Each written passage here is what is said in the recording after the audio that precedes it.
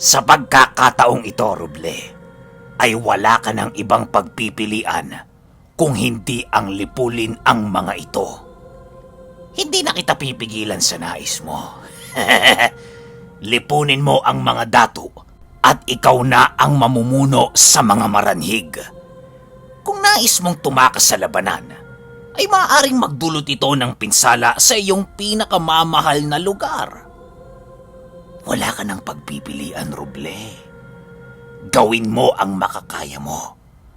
Pahihiramin kita ng karagdagang kapangyarihan upang magamit mo ang pinakamalakas na antas ng batong binigay ko sa iyo. Mag-iingat ka, Ruble, dahil hindi madaling makontrol ang mga nilalang na iyong tatawagin.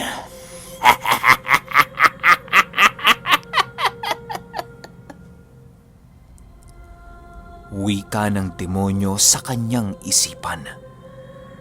Matapos itong marinig ni Ruble, ay agad namang bumigat ang batong nasa kanyang bibig. Animoy ang batong ibinigay sa kanya ng demonyo ay meron ng sariling buhay dahil sa ramdam ni Ruble ang pag-ikot nito sa kanyang bunganga. Nang makakita siya ng isang paru-paro, ay agad yun na ang napagdesisyonang gawing halimaw ni Ruble. Kisap mata lang ang pagitan ng pagbabago ng anyo ng paru-parong yon. Paglalarawan ni Ruble sa paru-paro ay bigla yung naging isang malademonyong halimaw. Ang pakpak ng paru-parong yon ay biglang lumiyab dahil sa lakas ng mahika ni Ruble. Lahat ng parte ng paru-parong ginawang halimaw ni Ruble ay nabalot na ng apoy. Maging ang mga mata at bunganga nito ay umaapoy na rin. Nakakaya na rin itong makapagbuga ng likidong apoy na siyang labis na ikinatakot ng mga maranhig na naroon.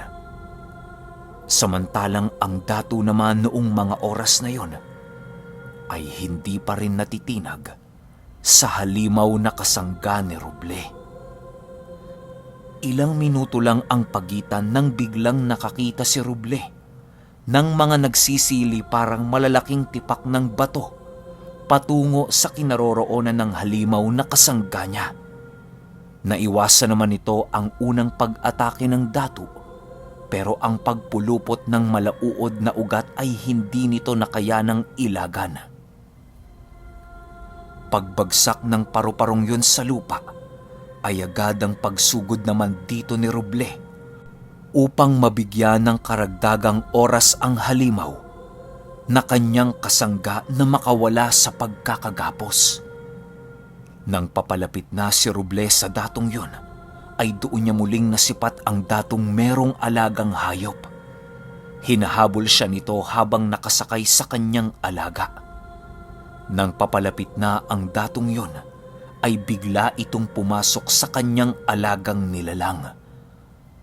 Sa bawat pagtakbo ng alaga nito, ay siya namang paunti-unting pagpalit ng anyo nito hanggang sa maging isa na itong ganap na halimaw.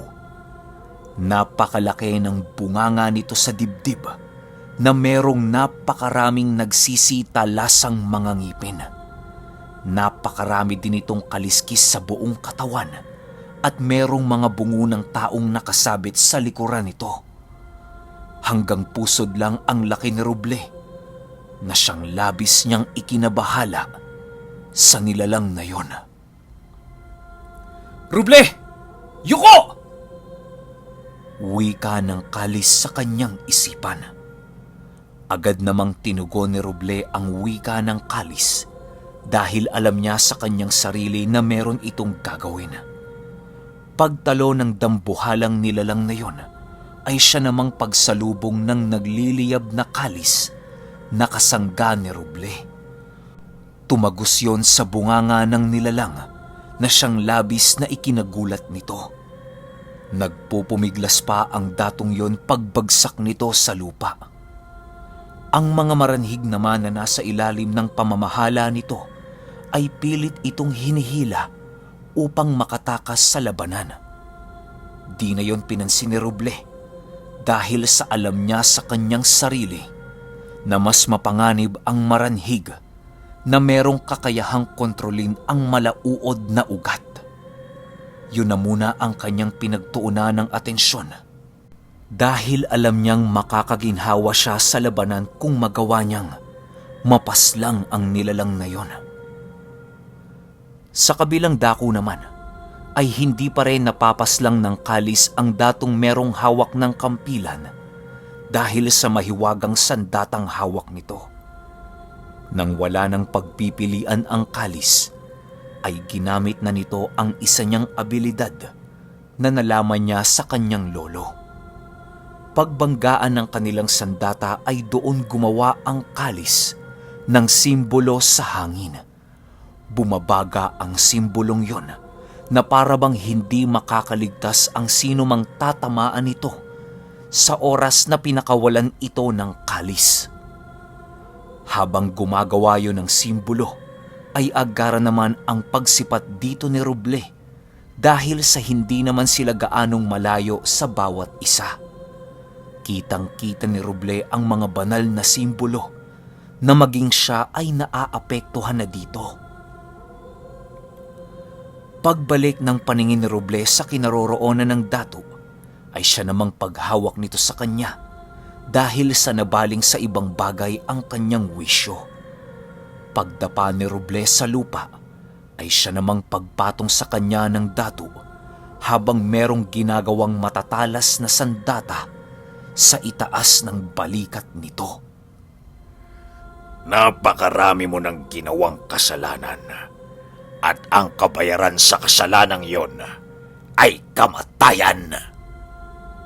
Wika ng dato nang nadakip na nito si Roble. Kasabay ng pagtarak ng datong yon ng kanyang mga sandata ay ang pagkawala naman ng kalis ng simbolong ginawa niya. Biglang nagliwanag sa lugar na yon na halos ilang segundo lang ang pagitan ng paglakbay ng liwanag na kanilang nasaksihan. Ang datong papatayin na si Roble noong mga oras na yon ay biglang humandusay sa lupa nang wala ng malay. Di mawari ni Roble kung patay na ba ang datong yon o sadyang nawalan lang ito ng malay. Pagbangon ni Roble sa kanyang pagkakadapa sa lupa, ay biglang naramdaman niya ang bigat ng kanyang ulo at ang unti-unting pagdilim ng kanyang mga paningin. Nang magising si Roble, ay naroon na siya sa labas ng bakuran ng kanilang dating tinitirhan. Kailangan kong gawin yun, Roble. Dahil hindi natin kakayanin ang dami ng mga maranhig na yon. Inalisan ko lang ang mga ito ng malay upang makatakas ka ng tuluyan sa labanan. Maghanda ka dahil meron pa itong susunod. Hanggat hindi natin nalilipol ang mga maranhig, ay hindi ka rin magkakaroon ng oras ng katahimikan. Wika ng kalis pagmulat ng mga mata ni Roble. Kasabay ng pangungusap nito ay ang dahan-dahan nitong paglaho sa kanyang harapan. Nang marinig yun ni Roble, ay agad naman itong naglakad pabalik sa bahay ng kumpare ni Nong Jem. Ang tanging dalang gamit lang ni Roble sa kanyang pag-uwi ay ang buntot paging hindi niya nagamit sa labanan. Wala na ang kanyang sinukuang patalim at maging ang boteng merong lamang tubig na punong-puno ng usal. Butas-butas na din ang kasuotan ni Roble dahil sa pagpulupot ng malauod na ugat. Nang makarating na siya sa tahanan ng kumpare ni Nong Jem, ay pasimple itong pumasok sa bahay upang makapagpahinga. Habang nakahiga si Roble sa kanyang higaan, ay dinaramdam niya pa rin ang kanyang mga bugbog sa katawan. Hindi niya kayang makatagilid sa pagkakahiga dahil sa sakit ng kanyang katawan. Kahit maiunat ang kanyang mga kamay, ay napakahirap gawin para kay Roble. Pagsapit ng umaga ay agad naman siyang pinuntahan ni Nong Jem dahil sa nagsisisigaw na si Roble sa kanyang higaan. Di kasi yun makabangon na siyang labis na ipinagtataka nito.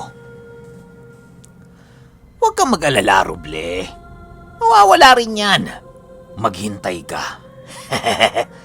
Yan ang epekto ng halimaw na ginawa mo. Sa oras na mapaslang ang halimaw na kasangga mo, ay siya namang katapusan ng buhay mo. Pero huwag kang mag-alala, Roble. Dahil ang lahat ng gagawin mong halimaw mula ngayon ay 8 beses na mas malakas kesa sa dati mong tinatawag. Kung hindi lang ako naaawa sa iyo hindi kita tutulungan. Maiwan na muna kita, Roble. Wika ng demonyo sa kanyang isipan. Nang marinig yon ni Roble ay doon na siya nakampante. O Roble, napano ka? Kanina ka pang nagsisisigaw dyan. Wika sa kanya ni Nong Jem. Hindi po kasi ako makabangon, Nong Jem. Ang hirap gumalaw. Maghanda po kayo ni Mang Lucas. Dahil tsak na susugod ang mga yon sa ating kinaroroonan. Sagot naman dito ni Roble. Nang tuluyan ng makabangon si Roble, ay doon na niya ikinuwento sa kanyang maestro ang naging engkwentro nila ng mga maranhig na kauri niya. Bakas naman sa pagmumukha nila Nong Jem ang pag-aalala para sa kaligtasan nila. Hindi kasi basta-basta ang mga dato ng mga maranhig, lalo pat nagsanib puwersa na ang mga ito. Madali sila nitong malilipol ng walang kahirap-hirap at marami ang mamamatay sa lugar ng tubahon. Ang tanging ikinakabahala lang naman noon ni Nong Jem ay ang mga inosenteng taong maaaring madamay sa pagsugod ng mga maranhig. Nang marinig ito ni Mang Lucas, ay hindi na yon nagsayang pa ng oras at agad namang naghanda para sa maaaring mangyari pagsapit ng takip silim. Lahat ng libreta at talandro nito ay inilabas na niya sa kanyang pinagtataguan. Meron din yung isinilid na ngipin sa kanyang bulsa. O Lucas, nakapagdesisyon ka na ba? Wika ni Nong Jem nang makita niya ang kumpare. Wala na tayong pagpipilian. Digmaan ang kanilang pupuntahan kaya marapat lang na salubungin natin sila ng digmaan. Hindi na natin papahintulutan pang makalapit sila ng tubahon upang maiwasang madamay ang mga inosenteng taong naninirahan dito. Hindi na natin kailangan manahimik, Jem. Parang ito talaga nakatakda nating gawin sa natitirang sandali ng ating mga buhay. Sagot nito. Napangiti lang naman noon si Nong Jem dahil sa kilala niya ang ugali ng kanyang kumpare. Kapag nakapagdesisyon na ito ay hindi na yun tatalikod sa kanyang sinumpaang mga salita. Wala na ding magagawa si Nong Jem noong mga oras na yon kung hindi ang samahan ang kanyang disipulo at kumpare sa magaganap na labanan. Dahil sa babalang ipinagsabi ni Roble, ay hindi na maaaring itago pa ni Nong Jem ang iba niyang mutsyang nasa ilalim ng kanyang pangangalaga. Lumipas ang oras at patuloy na nagsisihanda sila Roble sa maaaring mangyari kinagabihan. Animoy ang ginagawa nila nung mga oras na yon ay paghahanda para sa papalapit na Biyernes Santo. Lahat ng gamit na itinago ng magkumpare ay nakalabas na upang pakainin ng dasal sa loob lamang ng ilang oras. Pagsapit ng hapon, Roble, maghanda ka. Hindi natin hahayaan ang mga maranhig na makatungtong pa sa bayan. Sasalubungin natin sila sa pinakahuling bundok na kanilang daraanan. Wika ni Nong Jem habang nag-aayos ng kanyang mga gamit. Oho, maestro. Tiwala ho ako sa kakayahan ninyo. Sagot naman dito ni Roble. Dapat lang talaga, iho. Huwag mo kaming isipin dahil kaya naming iligtas ang aming mga sarili. Matapos nilang makapag-usap ay nagpatuloy na sila sa kanilang paghahanda. Hindi na kumain ng tanghalian ng mga ito, gawa ng abalang-abala sila sa kanilang ginagawa. Pagsapit ng hapon ay walang pag-uusap ang naganap sa pagitan ni Roble at ng kanyang mga maestro. Nananatiling tahimik ang mga ito, gawa ng nakatuon ang kanilang buong wisyo sa pagpapalakas ng kanilang gamit. Nang sumapit na ang 5:00 ng hapon, ay nag-umpisa ng maglakad ang mga ito patungo sa unang bundok na hinihinala nilang daraanan ng mga maranhig. Maraming dala sila ng Jem noong mga oras na yon, na siyang pangunahing sandata nila laban sa kanilang mga kaaway. Pagpatak ng 7:00 ng gabi, ay doon na nga napansin ni Roble ang mga sulong daladala ng mga maranhig. Siya ang unang nakakita ng mga ito, gawa ng doon siya pinabantay ni Nong Jem sa pangalawang bundok na dadaanan ng mga ito. Agad naman niya itong ipinagsabi sa kanyang mga maestro upang maging alerto na ito sa nalalapit na digmaan. "Nong Jem! Andiyan na sila! Andiyan na!" Sigaw ni Roble habang papalapit sa kanyang maestro.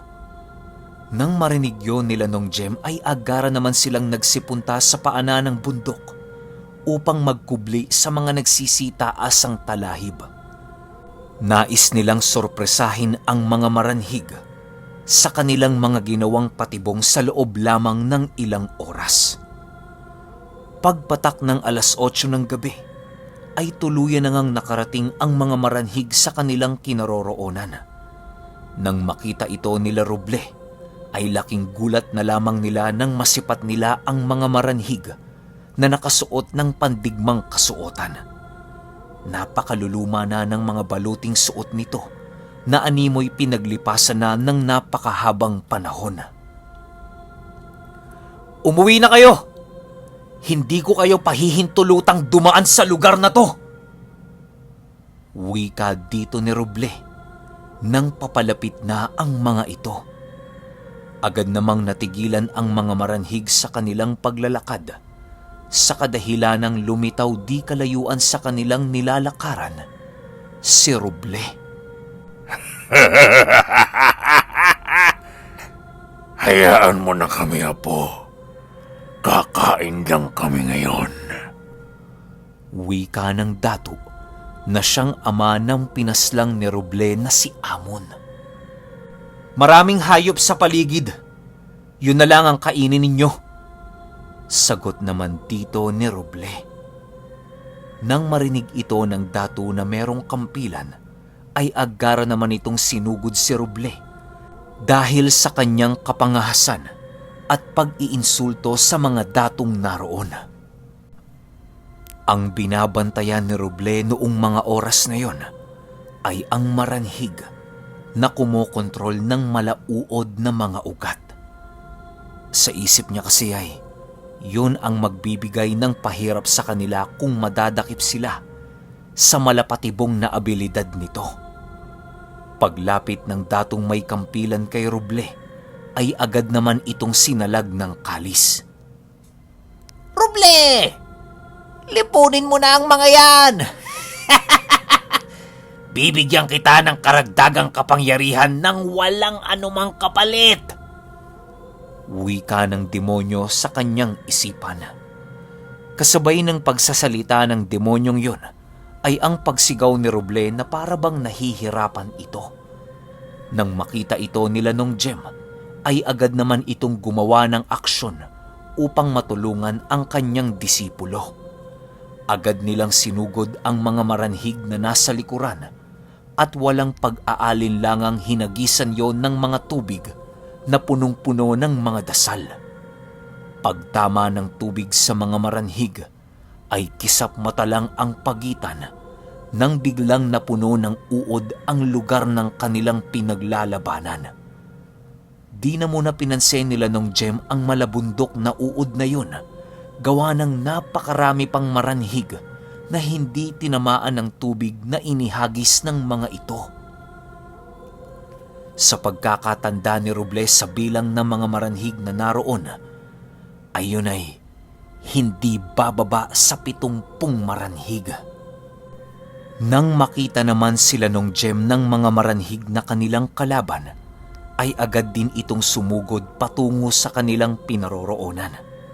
Sinipat-sipat pa ni nung Jem si Roble habang ito ay nakikipaglaban, gawa nang narinig niya itong sumisigaw na para bang pinapahirapan. Nang medyo nakakalapit na si nung Jem kay Roble, ay doon na ito nagulat sa kanyang mga nasilayan. Si Roble kasi noong mga oras na yon ay ibang-iba na sa kanyang normal na katayuan. Animoy isa na itong demonyo dahil sa nagsisiusli ang mga sungay sa balikat nito. Nagbabaga na din ang mga mata ni Roble at naglalaway ng likidong apoy. Nagsisitala na rin ang mga kuko nito na nagbabaga na animoy isang batong idinikit sa apoy. Nangingitim na din ang mga balat nito na tinubuan ng kukonting kaliskis. Umuungol lang noon si Roble kahit wala naman itong nararamdamang sugat sa kanyang katawan. Dahil sa napakaraming kalaban, ay wala nang nagawa si nung Jem kung hindi ang umatras pabalik sa lugar kung saan nandoon ang kanyang kumpare. Nakita niya ang kanyang kumpare na nakikipaglaban sa isang dato na nagtataglay ng abilidad na maglikha ng mga malauod na ugat. Alam ni nung Jem na malakas ang datong yon, kaya ang ginawa niya ay sinuportahan nito si Lucas sa kanyang laban. Pinuksa ni nung Jem ang lahat ng mga ordinaryong maranhig na nakikisawsaw sa labanang yon. Di pa ba kayo nasisindak sa kaanyuan ko? Wika dito ni Roble na malademonyo na ang tinig. Ang buntot paging nasa likuran ni Roble ay tuluyan na ngang kumalas sa kanya dahil sa sobrang bigat nito sa kanyang katawan.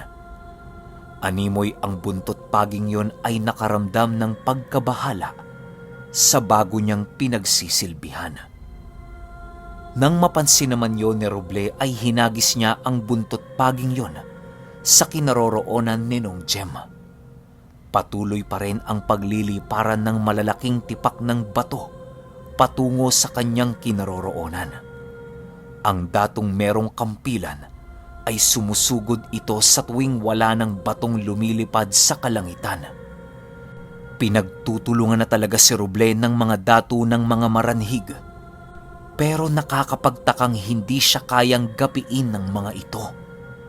Pagsugod ng dato na merong alagang nilalang, ay doon nagulat si Roble dahil ang buong akala niya dito ay tuluyan ng napaslang ng kalisyon. Pagtingin niya sa alaga nitong nilalang, ay doon niya napagtanto na iba na ang anyo nito. Malamang sa malamang na ang napatay lang ng kalis noong mga oras na yon ay ang isa pa nitong alaga. Habang patakbong lumalapit ang datong yon, ay siya namang pagsuot nito sa kanyang alaga na animoy isa itong uri ng baluti. Bigla itong naging isang mabangis na halimaw na siyang papasugod kay Roble. Isipin niyo ang nilalang na pinasukan nito ay biglang lumaki ng tripleng ulit.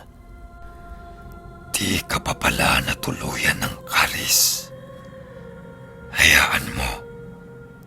Dahil sinisigurado ko sa'yo na hindi ka nasisikatan ng araw.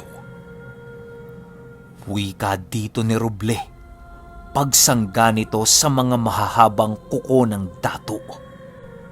Ang kalis naman noong mga oras na yon ay abalang-abala sa pakikipaglaban sa ama ni Amon. Inutusan kasi yon ni Robleng kitilan yon ng buhay upang hindi na muli pang makahagis ng nagsisilakihang bato patungo sa kinaroroonan niya. Di pa rin noon mapakali si Roble, gawa ng hinahanap niya ang isa pang dato na hindi niya pa nasisilayan. Pagsipat niya sa kinaroroonan ni nung Jem, ay nakita niya ang isang maranhig Nakakaiba ang anyo sa lahat ng mga ito. Nakapiring yon ng bendang kulay abo na tagos ang pagliliwanag ng mga mata nito. Mahahaba din ang kulay ng buhok ng maranhig na yon, na animoy isa na itong lumot kung sisipatin sa malayo. Nakasuot din yon ng baluti sa kanyang dibdib at merong mahahabang kuko na wala ng mga daliri. Nakabutas din ang datong yon ng balat ng hayop. Wala ding labi ang datong yon na siyang naging sanhi upang masipat ni Roble ang napakarami nitong pangil na nagsisiuslian. Nakayuko lang ang mga maranhig na yon habang nakakubli sa kanyang mga kauri. Alam ni Roble na sorpresa ang gagawin nitong pag-atake, kaya wala na siyang ibang naiisip na paraan kung hindi ang gamitin ang batong bigay sa kanya ng demonyo. Agad niya itong sinubo at nang makakita siya ng isang langgam sa lupa, ay agad niya itong hinawakan. Matapos niya itong mahawakan ay sumuot ang maliit na langgam na yun sa butas ng pinagpupugaran nito. Ilang segundo lang ang pagitan nang biglang nagsibiyakan na ang lupang pinagkakatayuan nila Roble. Patuloy pa rin sila sa pakikipaglaban noong mga oras na yon dahil sa hindi maubos na mga kalaban. Paglitaw ng halimaw na ginawa ni Roble ay agad naman yung sumugod sa kinaroroonan ng maranhig na nais patayin si Nungjem. Pagsugod nito ay agad nitong binugahan ng likidong apoy ang maranhig na yon, pero hindi ito umubra dahil sa sinalaglang yon ng dato ng kanyang mga kuko. Matapos yan ay agad sumugod ang dato sa kinaroroonan ng halimaw na nilikha ni Roble at agad din naman itong pinugutan ng ulo. Pagkamatay ng nilalang na yon ay biglang nakaramdam si Roble ng sakit ng dibdib, pero hindi yon sapat upang mapahandusay siya nito sa lupa. Napaluhod lang siya saglit sa lupa dahil sa pagkirot ng kanyang puso. Okay, abang-abang na lang tayo sa 24. Kita-kits. Salamat.